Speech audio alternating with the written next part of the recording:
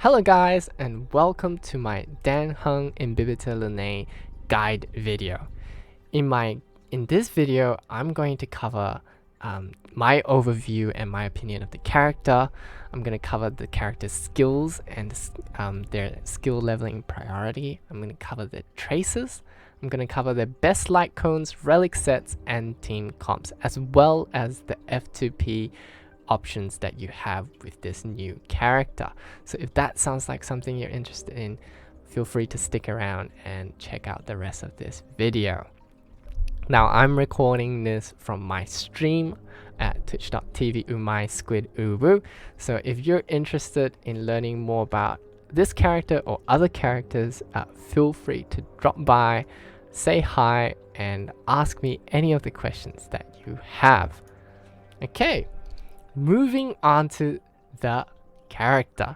Dan Heng Imbibitor Lunae, or DHIL as I'm going to call him, is an extremely greedy and selfish hyper carry DPS. Now he has some insane numbers in his kit, but that comes at the cost of requiring a lot of skill points for his rotation to do maximum damage each time.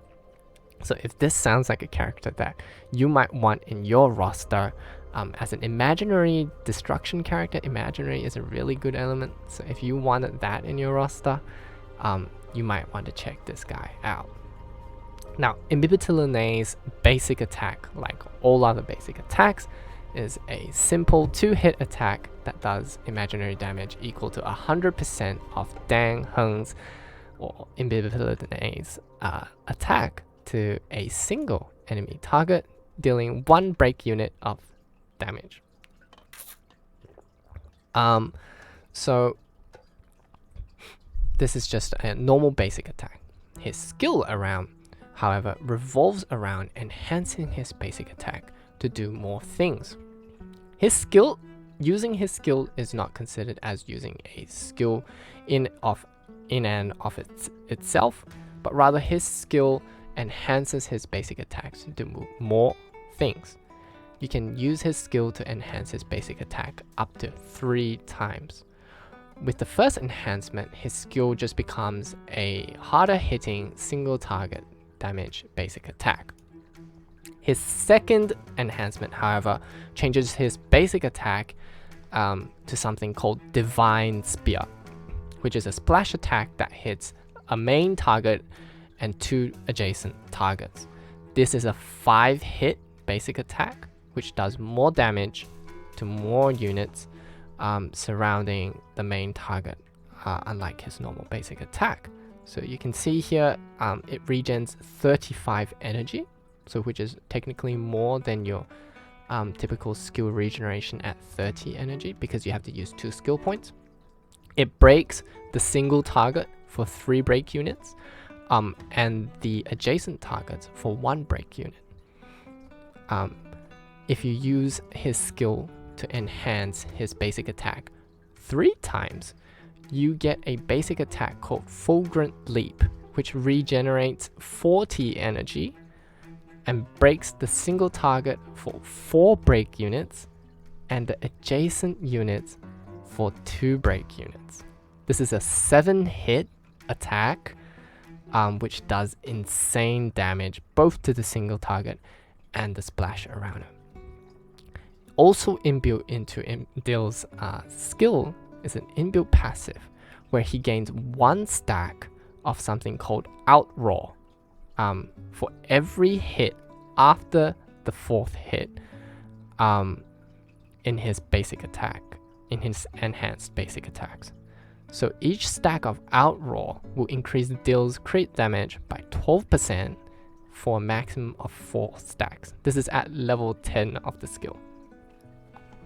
So with Divine Spear and Fulgurant Leap, you will notice that Divine Spear is a 5-hit combo, which means that you will gain 2 stacks of Outroar, increasing DHIL's crit damage by 24% by the end of his 5-hit combo.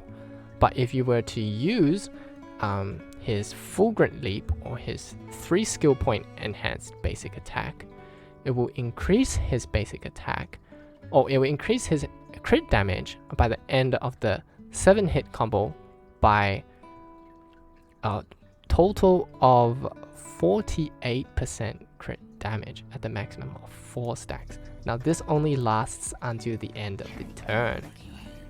Yo, Raruga, welcome to the stream and thank you for the follow. Okay. DHIL's ultimate, however, is slightly less exciting. It's a splash attack which does large amounts of damage to a single target and substantial amount to the targets adjacent to the main target. So at level 10, his ultimate is a 3-hit attack that does 300% of DHIL's attack to the main target and 140% of DHIL's attack to adjacent targets. It breaks all targets for 2 break units. There is, however, a unique technique inbuilt into DHIL's ultimate. Upon using DHIL's ultimate, you gain 2 Squamma Sacrosancta, which is an equivalent to a skill point, which is usable only by DHIL. And so this helps DHIL to relieve a little bit of his greedy skill point usage that he has when enhancing his basic attacks. You can hold up to 3 of these Squamma Sacrosancta at one time, and DHIL will consume these before consuming normal skill points when using skill points to enhance his basic attack. Now DHIL's talent is called Righteous Heart, and when DHIL performs a hit during any of his attacks, he will gain 1 stack of Righteous Heart, increasing his damage by 10%, and this is at level 10 of his talent. This effect can stack up to 6 times and lasts until the end of his turn, similar to his crit damage buff Outroar, which is on his skill. So we find that once again here we have a 6 stack, which is 6 stack of a 10% damage buff, which when fully stacked is a 60% external damage multiplier for all of his damage, lasting until the end of his turn. Now if you look carefully, DHIL's second enhanced basic attack, Divine Spear, only hits 5 times, so you won't be able to fully stack Righteous Heart with his enhanced second basic attack. But if you look at Fulgurant Leap, which is his 3 times enhanced basic attacks, it hits for 7 times, which means the last hit of your Fulgurant Leap will both have maximum damage from his crit damage buff and from his talent increased damage buff. So that's kind of the whole gimmick of where DHIL's kit is built into. Looking at his traces, he has 3 very good traces, which help him to maximize his damage potential actually. So the first trace is that it increases at the start of the battle, he immediately regenerates 15 energy. So upon entering into any battle, DHIL will immediately regenerate 15 energy. Now his ultimate is 140 cost ultimate, which is quite expensive. So regenerating this extra 15 energy at the start of any battle is going to be a really big help for helping DHIL to get his ultimate up as soon as possible, so that he can get those extra skill points, which will help to reduce his skill point usage as well. His second trace is going to be a crowd control debuff resist, which buffs his resistance to crowd control debuffs by 35%. This is obviously a nice tanky buff to DPSs, which allows them to resist stuff like imprisonment, frozen, and all the other stuff that slows down your DPS and your damage output. His last trace, which you get at Ascension 6, increases his crit damage by 24% when attacking an enemy with imaginary weakness. So if you haven't noticed already, there is a pattern where he has a lot of crit damage inbuilt into his kit already, which allows him to buff his numbers. Now, on top of that, inside his traces, with all the small traces surrounding his skills and his bigger traces, DHIL will get a significant amount of imaginary damage bonus as well as crit rate bonus.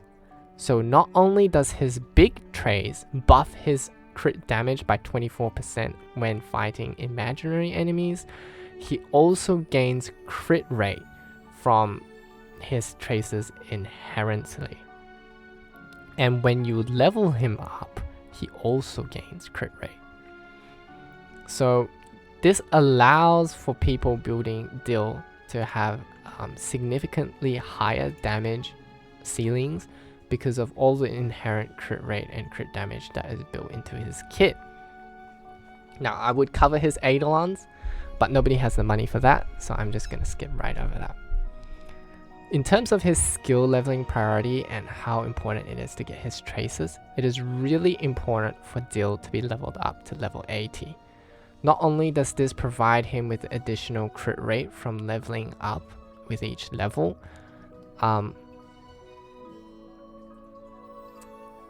but you also want to grab all of the different traces, which are all very key to his gameplay, and you want to level his skills and his ultimate up to level 10 because of the scaling multipliers, which will be really big in helping your damage.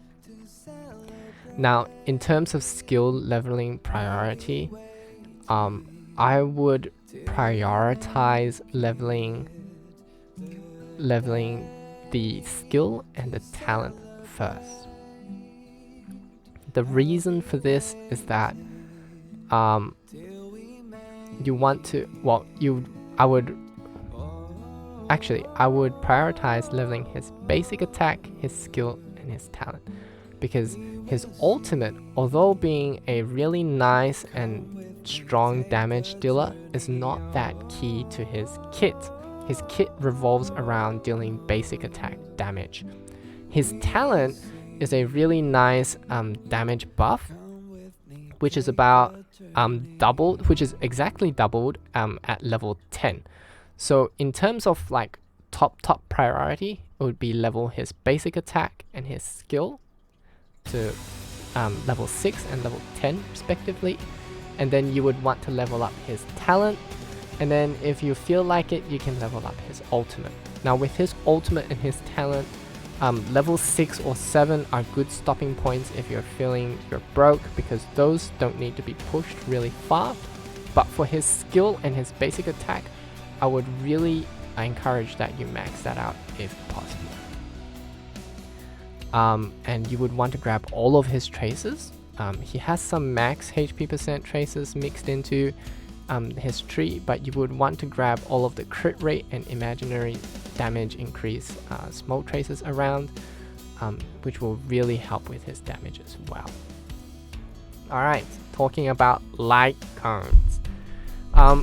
Imbibitor Lunae's signature light cone is called Brighter Than the Sun. And honestly, the only part you need to read about this is the first line, which says increases wearer's crit rate by 18%. That's all you need to read. That's it. So all you need to do is, if you have DHIL's light cone, there is a higher chance that you can invest into a crit damage body for his relics later on, which I will be talking about. So being able to get DHIL's signature is a big move for him. That said, DHIL is more than able to use some of the other light cones that Destruction offers. Now the issue with Destruction light cones is that a lot of Destruction characters have very unique mechanics which their character centers around, and not very many other characters often do the same things or use the same things. A good example of this is, for example, Blade, who has a HP loss mechanic, or with Clara, who has a counter attack mechanic. Now their light cones will be good stat sticks for DHIL, but they will never be fully optimized for how DHIL plays and what his kit is like. So in my opinion, if you cannot get DHIL's signature light cone, the free-to-play Herta Destruction light cone from Herta store on the fall of an Aeon is actually probably the second best choice that you can get for DHIL. This is a simple attack percent increase, which stacks up to 32%. And if you break an enemy, it increases your damage by a further 12% for 2 turns. So this is a very simple attack percent damage stat stick that will work really well on DHIL. The other light cones don't synergize as well because of their different mechanics that were built in to the light cone to fit the particular character that they were designed for. Okay. An honorable mention that I just want to make here is that there is a 3-star light cone called Collapsing Sky, which increases the wearer's basic attack and skill damage by 20%, or lower depending on what superimposition you have it at. Being a 3-star light cone, you should have it maxed.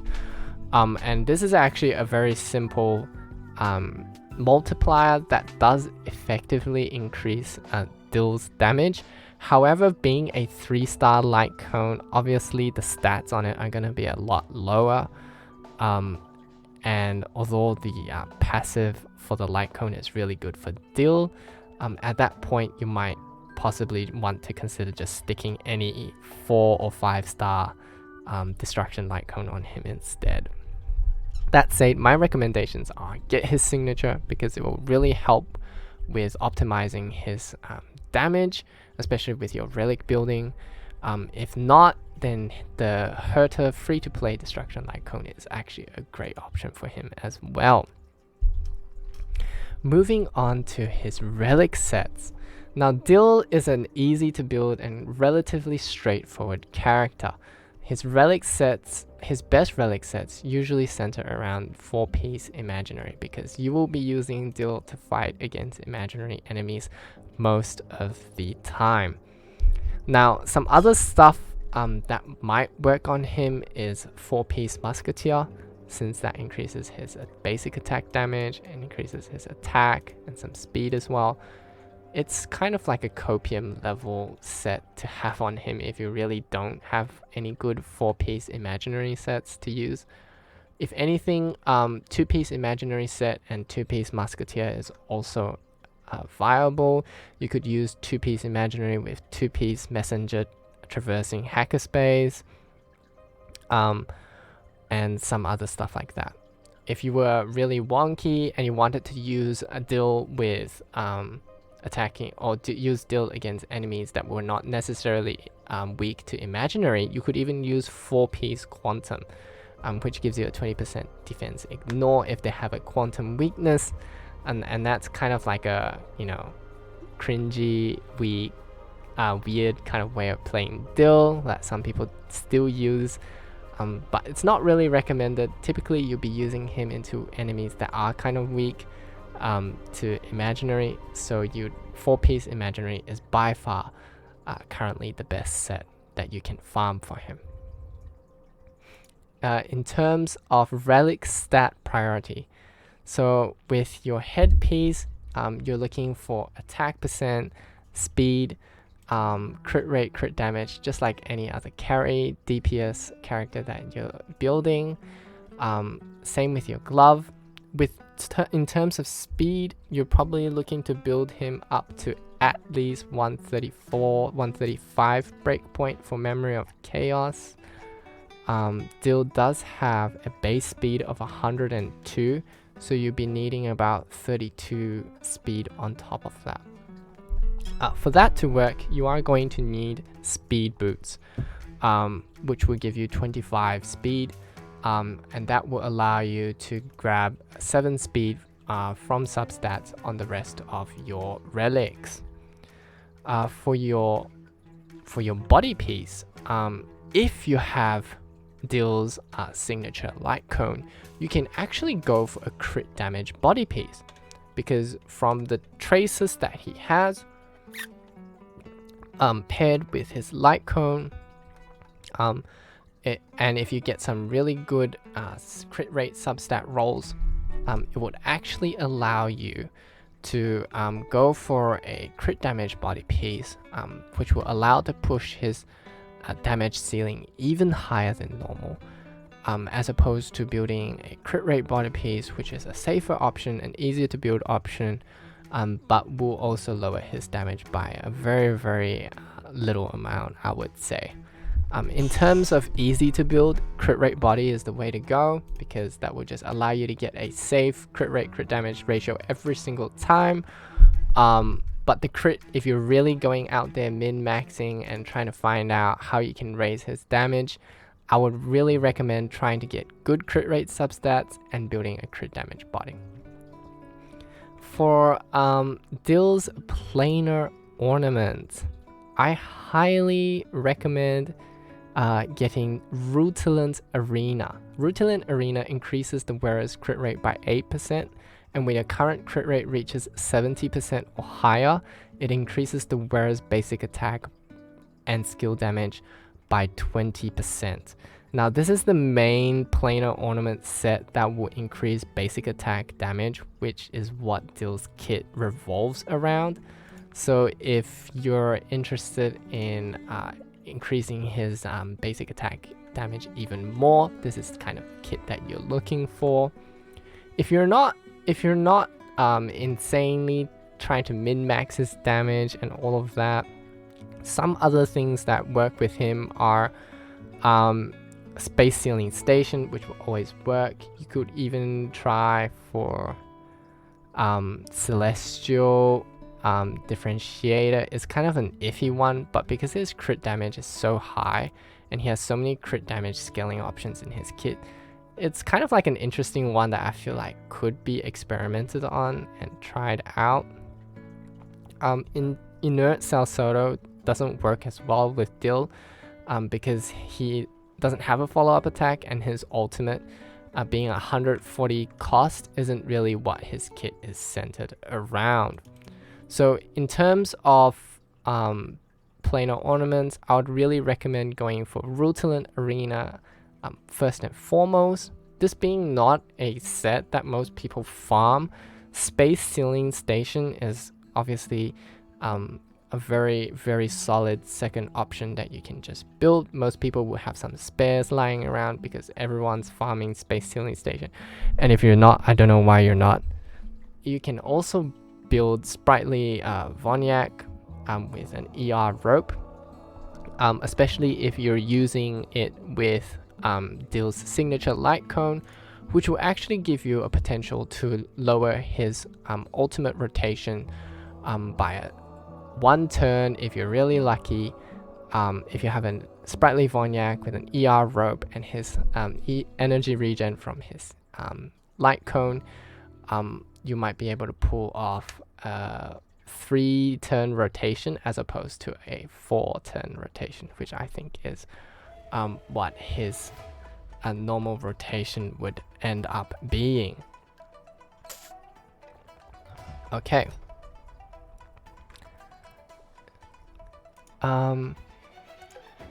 That will be relic sets for that.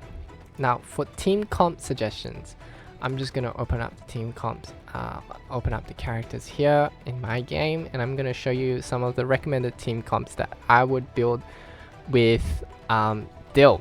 Now, like I've mentioned, DHIL is a selfish hyper carry with insane thirst for skill points, especially with a 3-4 turn rotation on his ultimate. He's not going to be able to support his own skill points that much, so you're really going to be wanting to use him with skill point positive characters. Now, obviously you can go for the funny and do a full mono imaginary team with Locha, Yukong, and Welt. It actually isn't that bad. It does work out. Welt is relatively skill point positive. Luocha is insanely skill point positive. The only real issue here is that Yukong and DHIL will be fighting each other for some of the skill points. But overall, with some good planning and some good mechanics, Luocha and Welt should be able to provide you with enough skill points for Yukong to go through with it. Especially if your Yukong has really good speed stats. If she's able to 2-turn within one cycle in a Memory of Chaos, she'll be able to skill and basic attack in the one cycle, which will allow her to become skill point neutral, which will then allow DHIL to suck up the rest of the skill points that Luocha and Welt generate. Some other stuff that I recommend running with him, all of the Harmony characters work really well with him. In this particular case, Tingyun, Asta, and Yukong are my go-to because they are largely, like I previously mentioned, it'll be mainly Tingyun and Asta because they're highly more skill point positive than the other two. Bronya and Yukong can work with DHIL as well, but they'll be needing to basic attack a lot more so that they can provide DHIL with the skill points for him to use on his skill. For healers, if you have Luocha, obviously he's the best option in the game. If you don't, Bailu and Natasha both work with him because all the healers in this game are inherently skill point positive at this point in time, and so they're all great characters to work with him.